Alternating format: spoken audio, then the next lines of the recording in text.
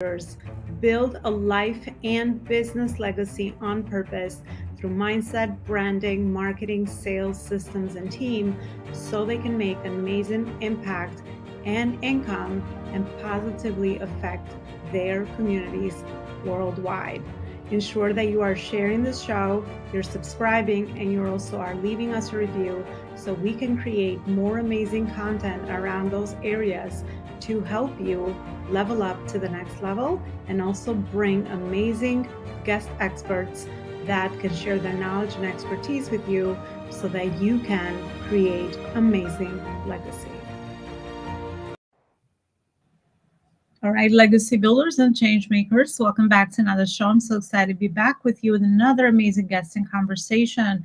And today I have the amazing honor to have Mary Rappenthal, all the way from California, joining us today. And Mary's also a multi-purpose, multifunctional individual, a woman that is always out there with a mission, someone that is always trying to create impact in the world. So, Mary, I am so honored that you are part of our show today, and welcome.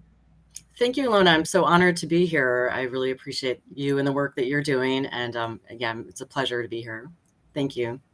Likewise, the pleasure is all mine, and I absolutely believe that the audience will walk away with tons of value from our conversation today, the heart-to-heart conversation that I always like to have with my guests. So, Mary, let's dive into some of the most meaningful moments in your journey that led you to where you are today. There's always a great interest and also a great, I guess, there's always a lot of lessons that we learn through just hearing somebody's story of how did they get to where they are, and I guess the purpose behind what fuels their work. So, what can you share with us? Gosh, that's a great prompt. I started in architecture. I think my passion for architecture grew at a very young age. My father was a contractor, and after dinner every night, he would kind of roll out his set of drawings and show what he was, he would be reviewing what he was going to be working on the next day.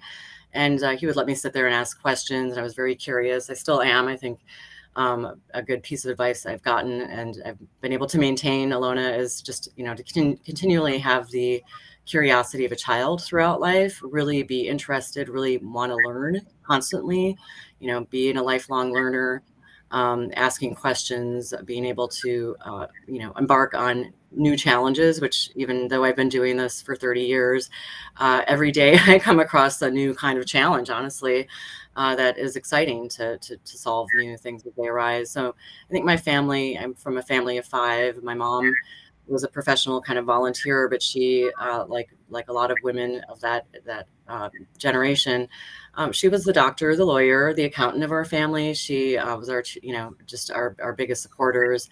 Between the two of them, they really empowered us all to be, very, they had a really solid structure, but there was obviously a certain amount of chaos in our life because of having, such a large family. But it was a really nice balance of that safe scaffolding of structure, and then, synchronicity and, dynamism, I guess, through being really active in the community as well.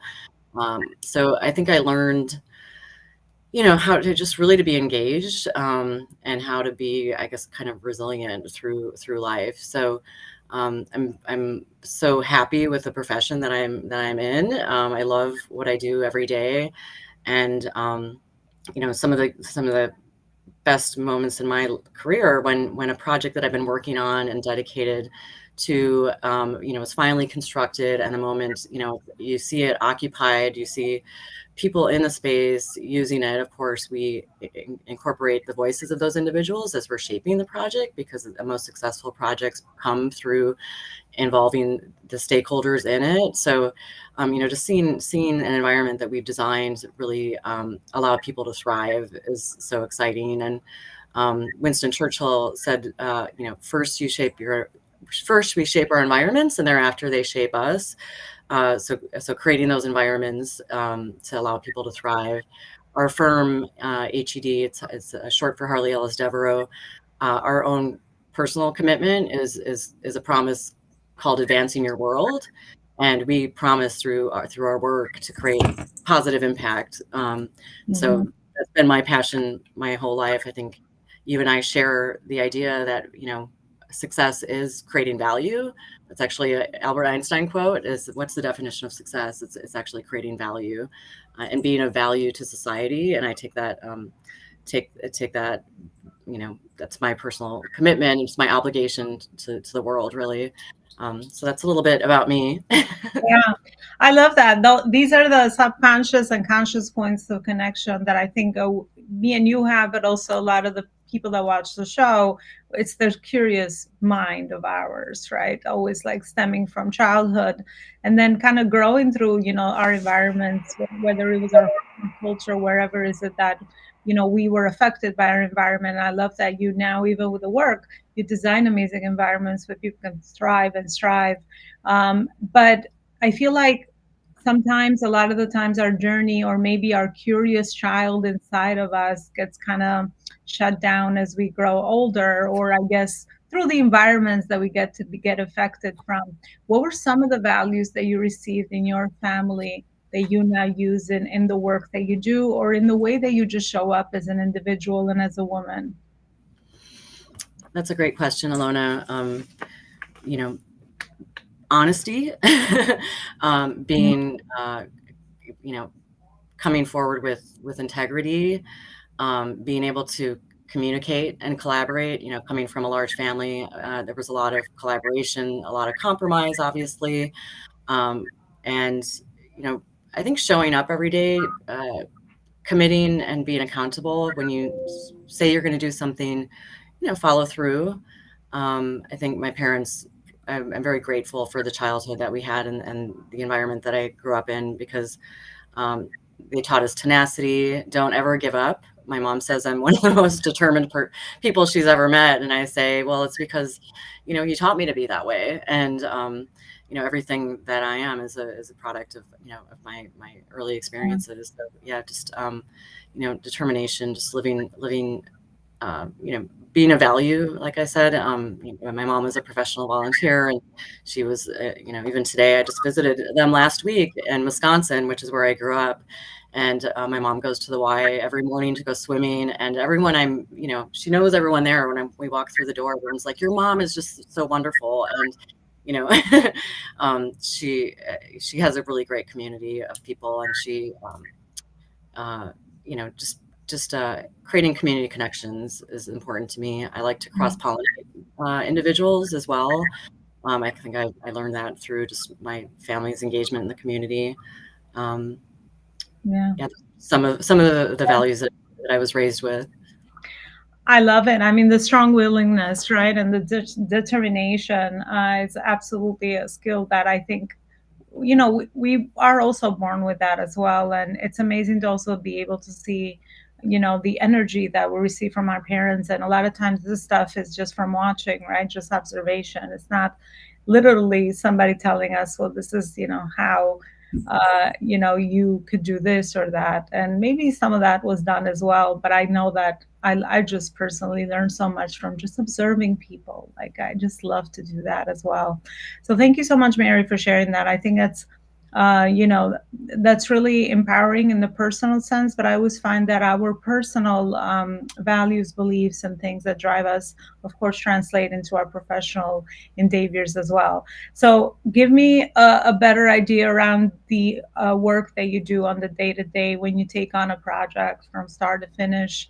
What are some of those things that you look for? How is it that you're able to now create impact and add value with all the amazing experience that you've had over the years and the work that you're doing out there for people? Sure. So projects I'm working on right now are pretty diverse. I have working on some K-12 projects, some outdoor learning environments, which is really exciting, and some new student housing, affordable student housing on a higher ed level. I'm wrapping up some modernization projects that we're just trying to close out right now. And all of them, I guess, a common thread is really trying to maximize positive outcomes in all the work that we do, and create that sense of community, that sense of excitement, and you know, and embedded education within the projects. And this outdoor learning project, it's actually it's a grant funded by the San Francisco Public Utilities Commission. So it's involving stormwater, stormwater retention. And so the more we can retain stormwater, we get more funding. But one of the exciting things that we were talking yesterday as a team, it's our civil engineer and our landscape architect, is how do we embed the idea of where rainwater goes into the work that we're doing. So we're trying to capture rainwater and turn it into, channel it into like a bench, a concrete bench, and where students will sit, but on rainy days, and they'll be able to see where water is actually being channeled to. We want to embed that education within the project, and create these outdoor classrooms as well, which we know, I think a silver lining from COVID was to understand that, educational environments that really thrived through COVID were those that had really great outdoor learning environments. And so there's a lot of funding that's happening for these outdoor classrooms. And so, creating educational demonstration within, with our new student housing project, it's a 2,100 bed facility to address the very dire housing need here. And this is kind of a national issue. But we're creating community amenities throughout the campus, creating campus connections. How do we, add value, providing conference space for other facilities, having it be a joint use and rental facility that can actually be bring income back into the college. So just really, really looking for every opportunity, Elona, to maximize positive outcomes. We always seek to solve, a number of challenges within economical and innovative solutions to always bring value back to the clients. It's it doesn't escape us of the environments that we're creating. We want to last 50 plus years. And so every decision we make is something that that we need to be extremely responsible about, work with our team, to have that kind of inclusive mindset, like I said earlier. Involving our stakeholders and users in the process is something that's really important to ensure that the project is shaping with consensus, that we separate the the needs from the wants, especially with our market conditions. We've had some really wild economic impacts where escalation construction costs were like extremely high, and so we always build relief valves in our projects so that we don't have to redesign if something unforeseen happens. We've separated the needs of the project, the absolute need to have, from the wants. And so this is a technical thing, but it's like a bid alternate. So if these are things that we can let go of if we need to, and that's a value to our client as well, because we're avoiding costly redesign. We're avoiding impacts in schedules. So we want to be trusted advisors to our clients, and also advocate on their behalf to do high performance work that's going to benefit the users and put money back into the facilities. Well, truly a social conscious person, right? And these are all social causes, and everybody obviously chooses the thing that they feel they can add the most value based on their skills, experience, expertise, and all of that. Mary, just one curious question, just back to what you were speaking about. How do you think environments affect us as individuals? They affect us hugely. I think that quote from Winston Churchill: "First we shape our environment, thereafter they shape us." There's a lot of. I'm glad you asked this, Elona, because what is a sustainable environment? Obviously we understand that natural daylighting is huge. When you think back to some of your favorite spaces to be, what do they look and feel like? And we know that there's a lot of talk about infusing biophilia into projects. This is something that architects were doing. Architects like Frank Lloyd Wright was doing many years ago. Buildings that are passively designed, that are responsive to the site, that embed the idea of creating community, that embed natural materials and patterns.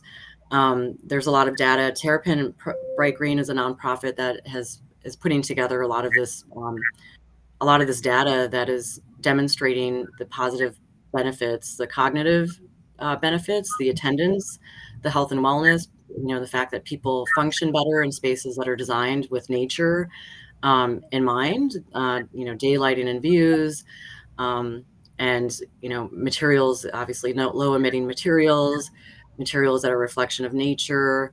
They all make us these kinds of environments, materials that reflect the environment, not just talking about indoor plants and things like that, but really just reflecting nature as much as possible.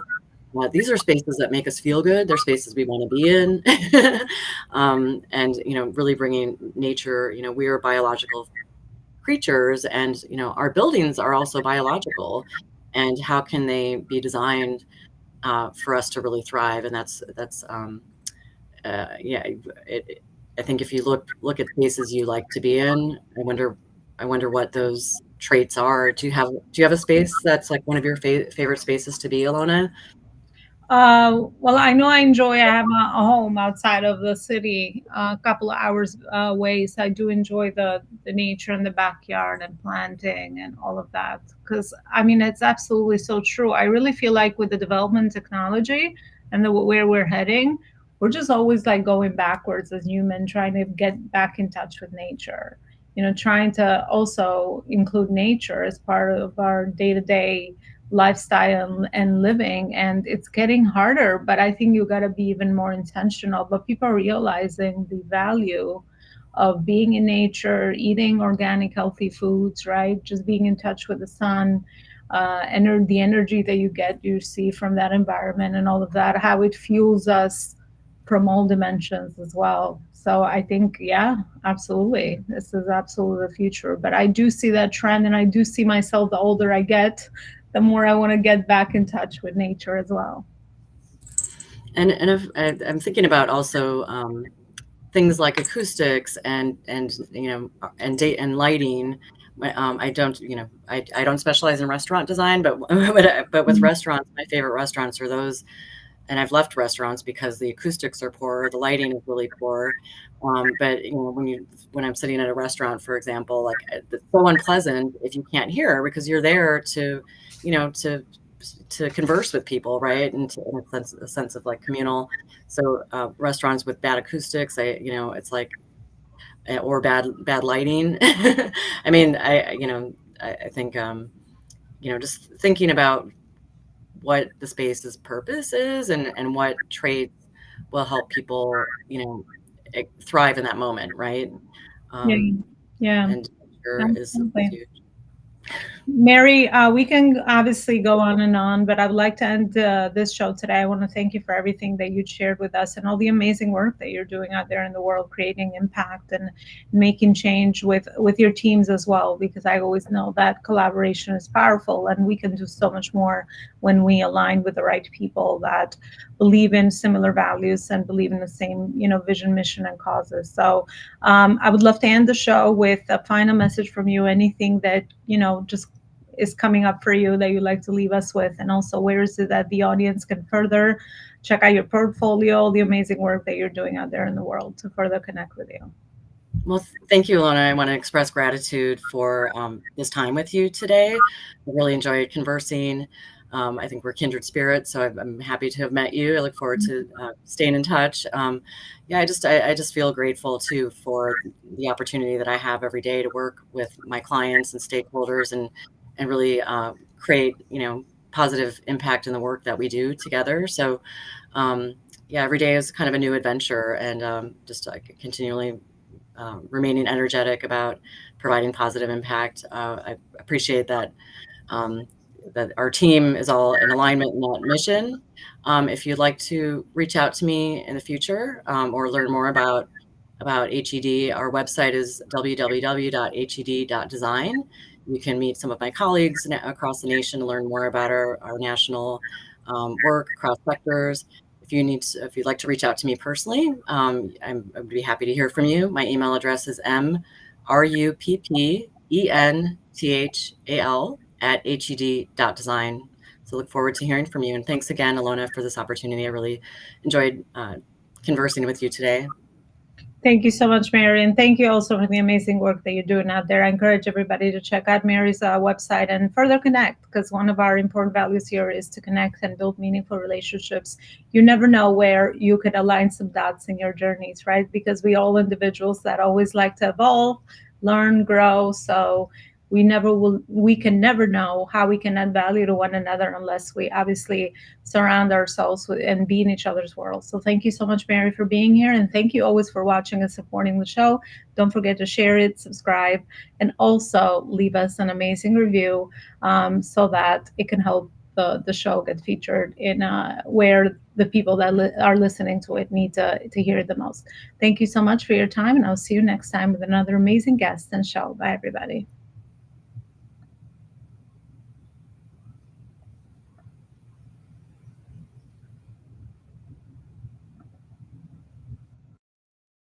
And we care about doing more good in the world and serving our global communities. Our foundation, the Life School Mission Foundation, serves young girls and women that don't have access to technology, that don't have access to education that they need, and also are living in toxic environments, get more resources around those areas of self leadership, entrepreneurship, and entrepreneurship. Please help support our foundation by donating so that we can support more amazing souls.